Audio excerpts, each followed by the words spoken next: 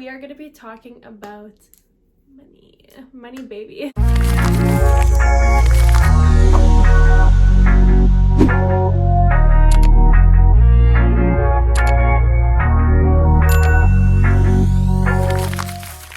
Hey babes, what's up? Welcome back to my channel. I hope you guys are doing well. I don't know if you guys can tell, but I have the green lights on because today we are going to be talking about money baby. So I'm gonna do a few disclaimers before I start this video. Okay, I have my notes here on my Mac, so if I'm looking down, that's what I'm doing. Disclaimer number one, I am not by any means a financial advisor. I don't even work at a bank. Like I am making this video simply because, and I've debated a long time back and forth about making this video and if I should, but I think that I am a good person to make this video because I'm a normal person. I don't have any ties. This is not like affiliated with like a Bitcoin or what. I don't even know what that is. Okay. This is no like crypto scam. This is nothing. I'm just a regular person who managed to save some money and accumulate a few things. And I get a lot of questions. I have gotten a lot of questions in the last few years from you guys and from people who watch my videos or look at my Instagram and stuff and wonder how I did it. So I am just speaking on my own experience. And I also will do the disclaimer that it depends where you live, because I know I'm not going to get into like every single detail of how I did what I did, because even just like banks and stuff have different rules in different countries. So I can only speak on my personal experience. I am from Canada, so I deal with the Canadian financial system, and so I can't speak on other places in the world. I can only tell you guys what I did and some tips and tricks that I've learned growing up. I know some people's parents don't necessarily teach them a lot about like saving money and stuff, and so let me be your big sister and tell you that you should save your money. And I also wanted to make this video kind of like in a relaxed setting. I'm in my bedroom, I got my dog beside me, I'm just hanging out with you guys because I personally hate budgeting. I hate talking about money. I hate hearing about saving and investments and all that. It just goes right over my head. My mom worked in a bank for years and years, and she would always try to sit me down and explain to me, you know, the value of a dollar and the importance of saving, and I was just like, I don't care. What I will say though is that when I realized that I needed to have control over my own money, it made me realize that I will be independent this way. So this is the way, if you want to move out of your parents' house, or if you want to buy your first car, or if you want to do whatever, this is the way to be like free. This is your way to independence, especially if you're young and you're just like over it. I moved out of my parents' house a few times with a boyfriend, with a friend.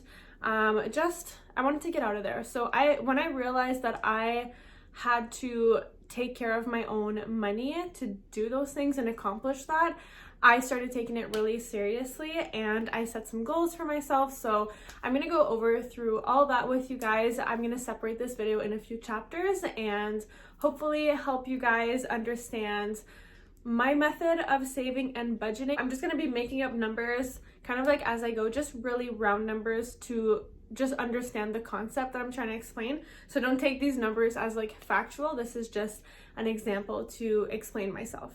So let's get into this video. So the first thing you want to do is think of your goal. Like, why are you gonna save money? Are you trying to move out? Are you trying to buy a car? Are you trying to buy a bicycle? Are you trying to buy a nice Christmas present for your girlfriend? What are you trying to save for? What is your goal? And let's say, I'm gonna make something up. So let's say your goal is to buy a house. So obviously that doesn't happen overnight. You have to work and save your money, and then eventually that might be a possibility. So setting a goal is super, super important because you know what you're like working towards, and it's also a big motivation. So if you don't want to go into work one day, you can think of your goal and go for it. So that is something that I actually did not do when I started saving my money. So I started saving, like seriously saving, at 19. So a lot of things happened before I was 19. I have some videos explaining all that if you guys are interested. But basically, my life was a little bit wild. It was in shambles, and I was not the person I am today. And at 19, I made the decision to get better and work for the life that I have now.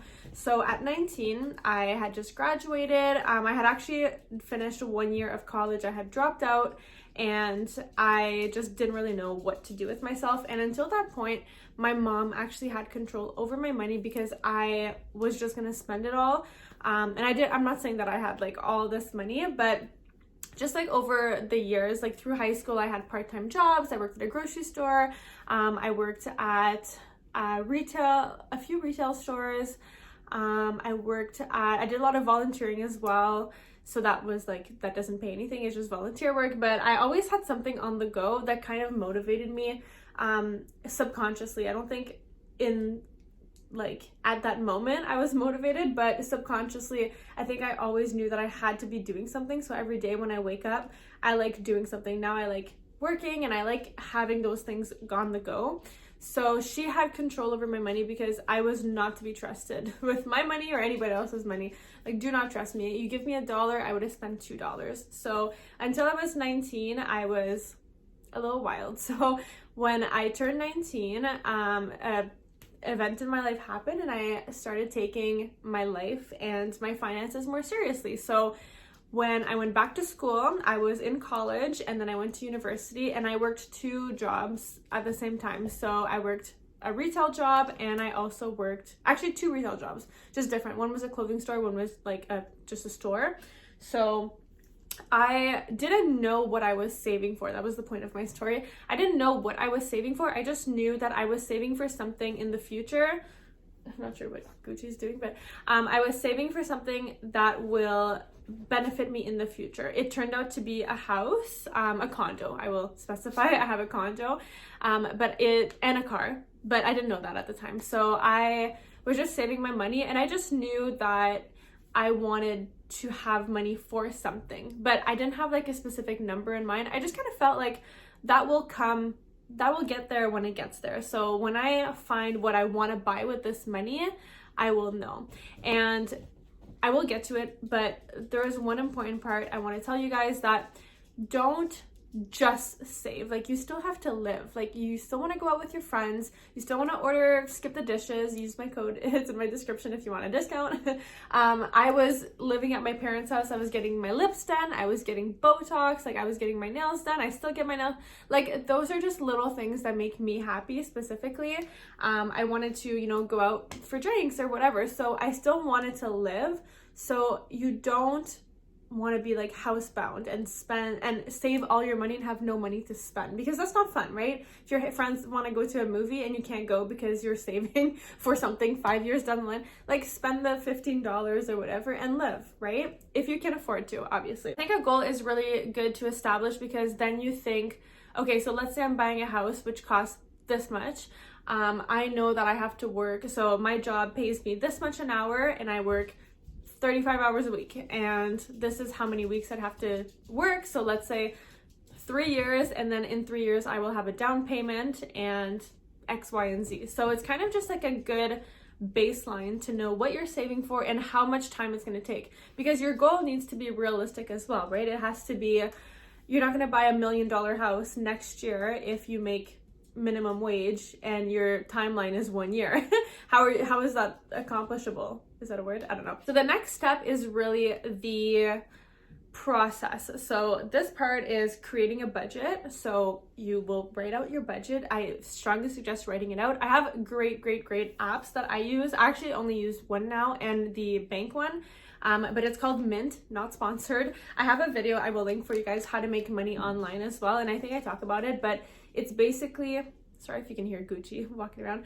It's basically my budgeting app. So it's called Mint, and you enter, it connects with your bank. So all you have to do is just enter like your bank details, and it'll pop up your credit cards, your checking, saving, whatever accounts you have, and it will populate your budget. So you create it. So I have all of my bills there, and then I have like others. There's just like a category others, and it's everything I spend my money on that's not bills. And then I can see like, oh, I spent $500 this month on I don't know what, let me go check. And often it's like restaurants or, you know, I don't know, whatever, nails. But it's really, really good visually. Like if you like to see things, especially with like a diagram, it's an amazing app. I'm a very visual person and it definitely helps me.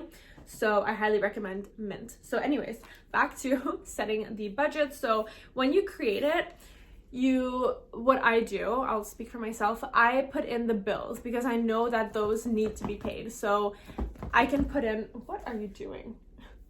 I can put in, you know, as much money as I want for my nails and stuff, but then if I can't pay my mortgage, I will have cute nails, but I will have nowhere to live. Like bills obviously have to come first. So my mom does this thing, which she says I pay myself first and then I spend I'll pay my credit card or whatever. So she will put her money in her savings and then she'll use a certain amount to do her credit card, let's say. So everyone has their own way to do it. I always pay my things first because then I just have less anxiety. I don't have any outstanding amount on my credit card. I just have I'm just like going with the flow, and then I'll have extra. And the extra is what I like to play with, like to get whatever, my lips or whatever. So I know like, oh, I have $500 extra this month.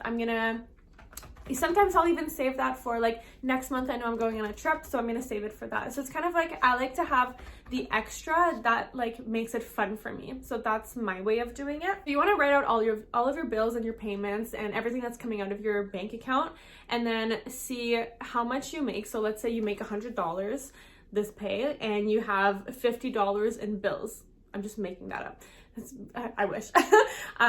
You have $50 extra. So you decide, what do I want to do with this extra money? Do I want to put in my savings? And if you want to put in your savings, put in your savings. If not, you can spend it on whatever. And speaking of savings, what my mom instilled in me is I have two savings accounts. So one is called savings and one is called 10%. So I hated this account growing up because it was just so like, it sounded so little to me, but it really does make a big difference. So put your money in your checking. You know, let's say your direct deposit from your work comes into your checking. That's great. You pay your bills. The leftover, let's say you have $500. So take the 500 and 10% of that, so $50, send it into the 10%, and the rest put in your savings or go on a trip or whatever you want to do with it. But the 10% is also, she always applied it to anything that comes into your bank, 10% of that right away into your 10%. And I was like, that's so stupid. Like, you know, if my grandma gave me $20 in my birthday card, you want me to put $2 in my 10%? Like, really, mom? But in the long run, it does add up. It really, really does add up. So that's just a little trick. You guys can do 25%, you can do 0%. I don't know. I'm just telling you my own experience. Now, the next step is planning and saving. So this one is obviously the key one because you're actually saving the money. So you know how much you need to live, and then you know how much you are able to save. And it's also good to figure out like how much money can you, I always like kind of play a game with myself. How much extra money can I save? Like, do I really need this much takeout this month? Like, no, girl, like cook a little bit more, and then, oh, you have $80 more this month and put into whatever account. So it's just like little games. Once you get really into like, right now I don't love budgeting. I love playing games with my money, like seeing how much more I can save, or, you know, different things like that. It's just like fun for me because it's honestly, I have nothing else to do, clearly, but it's just like fun. And if you're really, really into like financial stuff, that is something that you will build along the years, and it will become fun, if that makes sense. So for the actual savings, I strongly recommend getting a financial advisor. I personally have one, thank God, because I don't know, that's like for the big money. I call it the big money. When you start playing with like big numbers and you're investing and stuff, that is, unless you know how to do those things, like congrats if you do. I admire you. I just don't know. So I send it to my financial advisor and he takes care of those things. So that's like the big investments and stuff. But if you know what to do it on your own.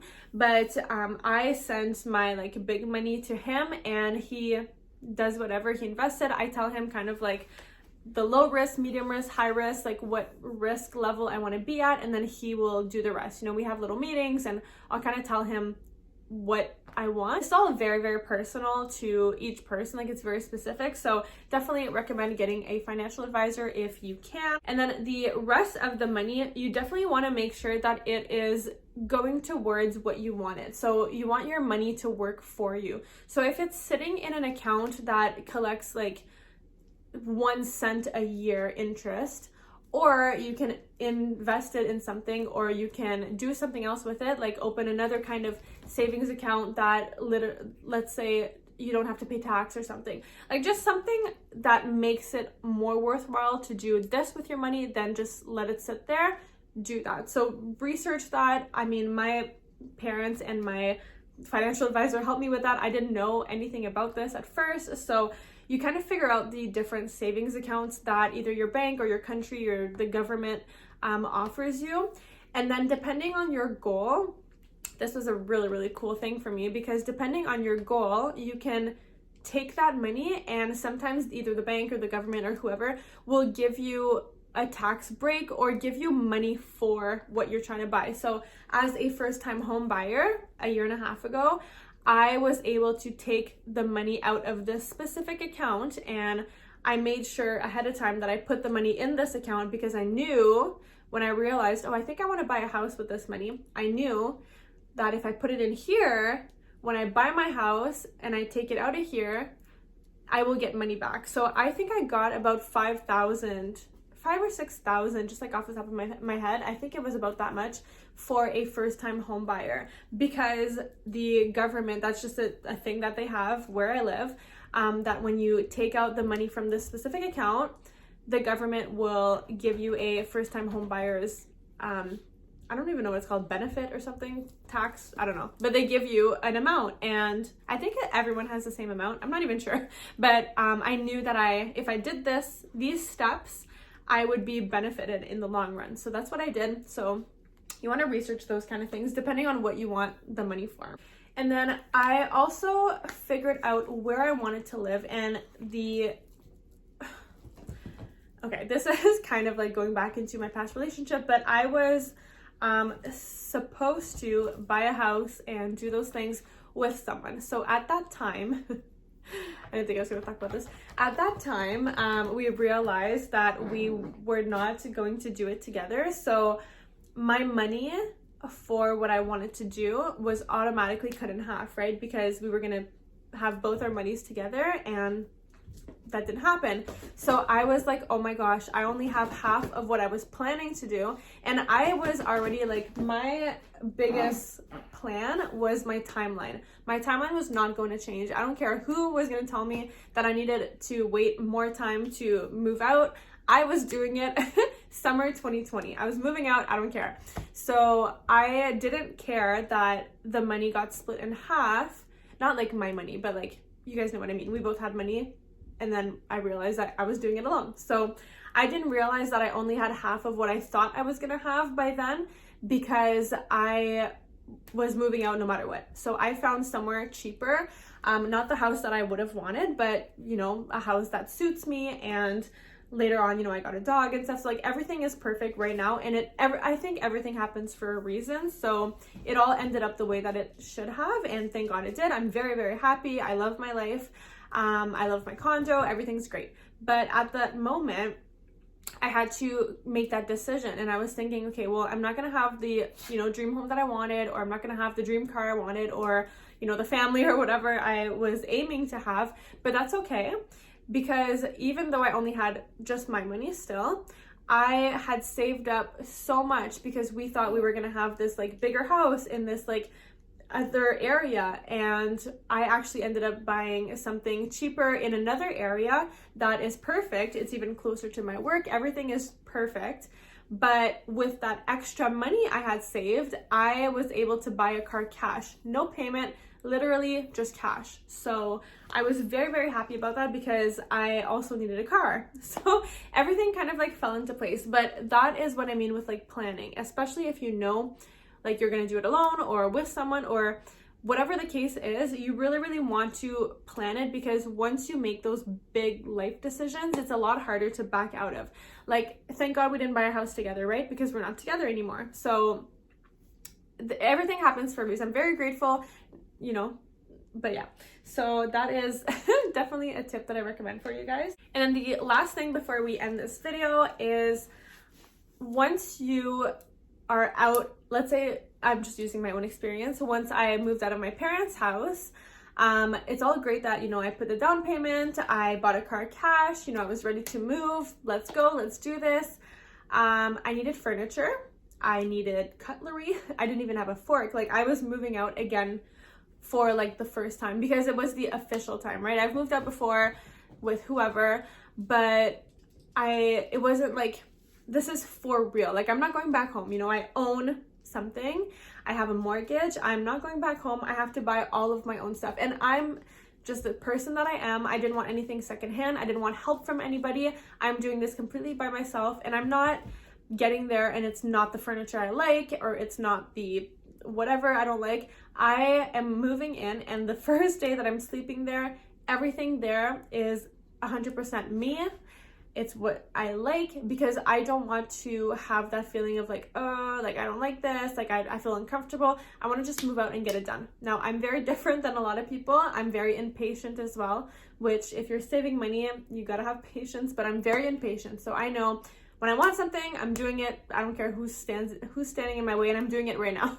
So that was a big thing for me, to realize, like, I also needed furniture. Like, it's great you have a house, but is it gonna be empty? Like, you know, so I needed all of those things. So I kind of took that in consideration. And then I also thought, well, I also need to figure out like my food and stuff. Like, I don't know, how much do I really eat? Like, I don't know. So you learn as you go. I'm still learning. Sometimes I'll buy food and it goes bad before I get the chance to eat it. So I know, okay, I'm spending money on food that I don't even eat. So just different things like that you really don't realize. But if you have it all planned out, and if you budget ahead of time, even if you budget for like the dumbest things, like your coffee, like if you're a Starbucks fan and you go to Starbucks every single day and you can't live without Starbucks, that's great for you, you know, but you have to budget it. You need to figure out your stuff before you get there, because it is very, very different. Once you're on your own, like you were on your own, girl. So of course some people have their parents helping them, or family or friends or whatever. I'm just speaking, you know, in general. But yeah, it is definitely a big realization. So work, save your money, ask for help, definitely ask for help, you know, ask for tips. My mom worked at a bank for a long time, so now I am mature enough to ask her for different, you know, her opinion on different things. Or like, should I do this or should I do that? So just taking that knowledge from everywhere you can get it, especially depending on your specific area. So I don't know if this video helped anybody specifically, because it was so vague. It's also very specific to my personal experience and my personal situation and where I am in the world. I don't know where you guys are and what, you know, banks and stuff you guys deal with, but definitely figure out your finances, take care of. Let me know in the comment section your favorite money saving tips. Maybe some other people can take from your experiences. Again, I'm sorry if this was like no information at all, but if you learned anything from this, please let me know what it is. And I will end on that note. I think that's enough numbers for today. I need a nap. So thank you guys so much for watching. Let me know if you enjoyed this type of video by liking, commenting, and subscribing to my channel. And I'm also going to be doing a 2,000 subscriber giveaway as soon as we get there. So don't forget to hit the bell notification so you never miss a video. And if you want to keep up with me on a daily basis, my socials are all linked down below. My Instagram is @Brunetteprincesse. And until next time, just know that I love you, you are valued, and be kind to yourself. Bye guys.